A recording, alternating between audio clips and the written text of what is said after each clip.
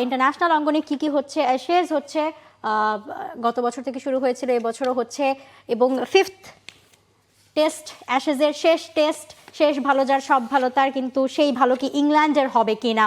England 3 ম্যাচের মধ্যে Ashes হেরেছিল, Australia মানে ফার্স্ট 3 টেস্টের মধ্যেই অ্যাশেজ জিতে নিয়েছে, এবং 2টা টেস্ট আমরা দেখেছি যে 2 দিনের মধ্যে শেষ হয়ে গিয়েছে। অনেক রেকর্ড তৈরি হয়েছে এই অ্যাশেজে, এবং 4th টেস্টে এসে যখন আমরা দেখছি মানে জো রুটেরও রেকর্ড সেঞ্চুরি থাকছে, স্টিভ স্মিথ সেঞ্চুরি করছেন, এরপর আমরা দেখেছি যে ইংল্যান্ড আবার সেখানে জ্যাকব বেথেলের সেঞ্চুরি, তার আসলে মেইডেন সেঞ্চুরি, সব কিছু মিলিয়ে অ্যাশেজের মতো আছে। মানে ধরেন বাকি ক্রিকেট দুনিয়া জিও পলিটিক্যাল ইস্যু এই সেই ইস্যুতে ঘোরার ডিম হয়ে যায় ভাই, ঠিক আছে। ইন্ডিয়া, ইংল্যান্ড আর অস্ট্রেলিয়া ভাই অ্যাশেজ, এখানে অ্যাশেজের উত্তাপ অন্যরকমই। সেখানে ভরপুর দর্শক, আমরা দেখতে পাচ্ছি যে জ্যাকব বেথেলের ফ্যামিলি ছিলেন সেখানে, তার যে মেইডেন সেঞ্চুরির মোমেন্টটা তারা খুব এনজয় করেছেন। সো ইয়া ডেফিনেটলি, এবং সেই জায়গা থেকে অ্যাশেজের মতোই আছে, কিন্তু সবকিছু ছাপিয়ে একজন অনেক বেশি উপরে চলে গেছেন, ট্রাভিস হেড। হ্যাঁ, ট্রাভিস হেড। আমার কাছে এই অ্যাশেজ মানে হচ্ছে ট্রাভিস হেড, 3টা সেঞ্চুরি, আনবিলিভেবল, 600 রানস নামের পাশে, অসাধারণ। এবং স্টিভেন স্মিথ, অ্যাশেজ সবসময় ইভেন্টফুল, মাঠের প্রত্যেকটা জিনিস। আমরা তো বিভিন্ন সময় ফেসবুকে ঘাটতে ঘাটতে মাঠের অনেক রিলসগুলো আসলে সামনে চলে আসে। এক্সিলেন্ট, মানে এটাকে এমনভাবে পোর্ট্রে করা হয়, মনে হয় যে পেছনে একজন ডিরেক্টর কাজ করছে ওভারঅল, যে এই ঘটনার পরে এটা ঘটবে।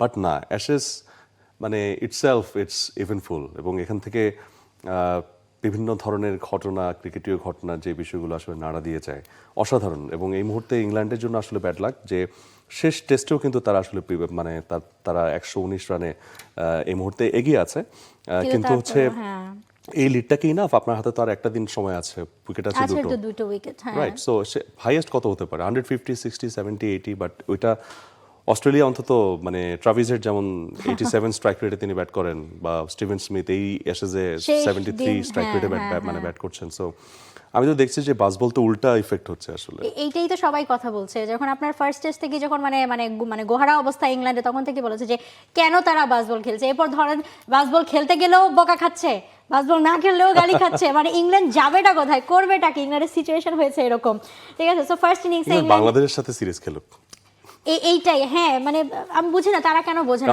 হ্যাঁ, সেফ জোনে খেলুক, সেফ জোনে খেলুক, ঠিক আছে। বাসবল খেলতে মন চায় না, কি বল খেলতে মন চায়, রেড বল, হোয়াইট বল, বাসবল, সব এসে বাংলাদেশে খেলুক না। সো ইংল্যান্ড ফার্স্ট ইনিংসে 5th টেস্টে 384 রান করেছিল। এরপর অস্ট্রেলিয়া ফার্স্ট ইনিংসে 566 রান করেছিল, এবং সেকেন্ড ইনিংসে আসলে এখন লাস্ট দিন মাহফুজ আলম, ইংল্যান্ডের তো অন্তত এখন মনে হয় কি তাহলে ড্রয়ের দিকেই মানে এগোনো উচিত, যদি অন্তত ট্রাভিস হেডকে আটকে রাখতে পারে, অন্তত ট্রাভিস হেডকে। কিন্তু হচ্ছে যে ইংল্যান্ডের যে 2টো উইকেট হাতে আছে, মানে বেথেল এক প্রান্ত থেকে আসলে কি করবেন, উইকেট তো অন্য প্রান্ত থেকে যাবে, সেটা একটা ব্যাপার। সো আমার কাছে মনে হয় উল্টো হিসাবটা হবে। বেথেল যেটা ট্রাই করবেন, মেবি তিনি ট্রাই করবেন আসলে মানে হার্ড হিটে যাওয়ার জন্য, বিকজ এই 8 উইকেট হারানোর পর তিনি রয়ে শোয়ে খেলবেন, অপোনেন্ট মানে তার নন স্ট্রাইকিং এন্ডের ব্যাটসম্যানের উপর ভরসা রাখবেন, সেটা মনে হয় না। সো ইংল্যান্ডের জন্য আরেকটা ব্যাড লাক ওয়েট করছে, বাট তারপরে যদি কোনো টুইস্ট তৈরি হয় তাহলে সেটা অ্যাশেজ বিউটি। হ্যাঁ, সেটাই অ্যাশেজ বিউটি। এবং জ্যাকব বেথেলকে নিয়ে কথা বলছিলাম, জ্যাকব বেথেলের যে আসলে রেকর্ডটা হয়েছে সেটা যদি আমরা আসলে দেখে নিই, যে ফার্স্ট ক্লাস এবং লিস্ট এ ক্রিকেটে আন্তর্জাতিক মঞ্চে প্রথম সেঞ্চুরি, মানে আন্তর্জাতিক অঙ্গনে এসে প্রথম সেঞ্চুরি, সেটা প্রথম করেছিলেন ভারতের কপিল দেব, এরপর ওয়েস্ট ইন্ডিজের মার্লন স্যামুয়েলস ছিলেন, মেহেদী হাসান মিরাজ বাংলাদেশের একজনের নাম এখানে রয়েছে, আয়ারল্যান্ডের কার্টিস ক্যাম্পার, জ্যাকব বেথেল করলেন ইংল্যান্ডের, মানে তিনি মানে ওয়ানডেতেও আন্তর্জাতিক ওডিআই এসে সেঞ্চুরিটা পেয়েছিলেন, এবার আসলে টেস্টে। এবং মিরাজের কথা আসলে মনে করতে হয় 2021 সালে ওয়েস্ট ইন্ডিজের এগেনস্টে তিনি পেয়েছিলেন সেঞ্চুরি।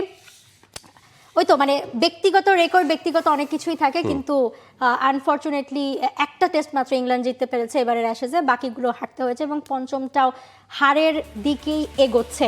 আপনি ট্রাভিস হেডের কথা বলছেন, সোশ্যাল মিডিয়ায় একটা ছবি দেখছিলাম, ট্রাভিস হেডের কোলে 2টো বাচ্চা, একটা হচ্ছে ইন্ডিয়া আর একটা হচ্ছে ইংল্যান্ড, 2টো বাচ্চা নিয়ে ট্রাভিস হেড বসে আছে, ঠিক আছে। এছাড়া জরুরকে তো ছবিটা আমরা দেখতে পাচ্ছি যে মানে রেকর্ডের পর রেকর্ড, তিনিও কিন্তু সচিন টেন্ডুলকারকে ছাড়িয়ে যাওয়ার মতো অবস্থায় রয়েছেন। এই মুহূর্তে সেকেন্ড হাইয়েস্ট রান স্কোরার টেস্টে সচিন টেন্ডুলকারকে হয়তো ছাড়িয়ে যাবেন, সচিনের 15,000, তার 13,000, খুব বেশি সময় লাগবে না, সেঞ্চুরিতেও হয়তো উঠে যাবেন, কি মনে হয়?